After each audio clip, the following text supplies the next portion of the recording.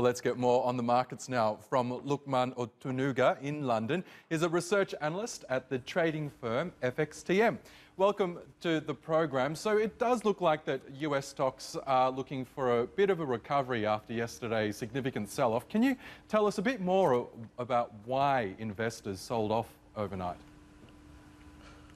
Thank you very much for having me here today. Firstly, I want to point out that global equity markets are clearly facing a perfect storm of headwinds, such as ongoing concerns of a plateauing global economic growth, heightened political risk in Italy, the Brexit uncertainty, signs of slowing economic growth in Asia and Europe, and of course, ongoing global trade tensions. These geopolitical risk factors have clearly placed investors on an emotional roller coaster ride, and this is translating to extreme pessimism and a general lack of appetite for risk. This is why we're seeing stock markets trading where they are right now, with the market caution or market sentiment likely to remain extremely fragile as the year slowly comes to an end. Traders who are expecting a Santa rally may be left heavily disappointed.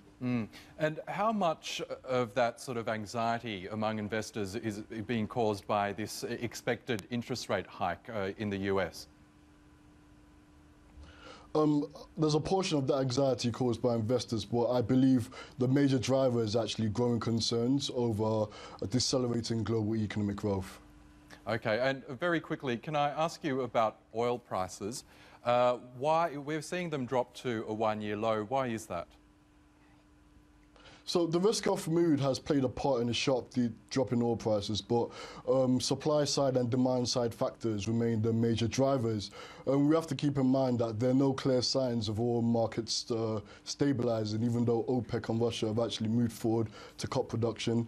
At the same time, US shale production remains as robust as ever.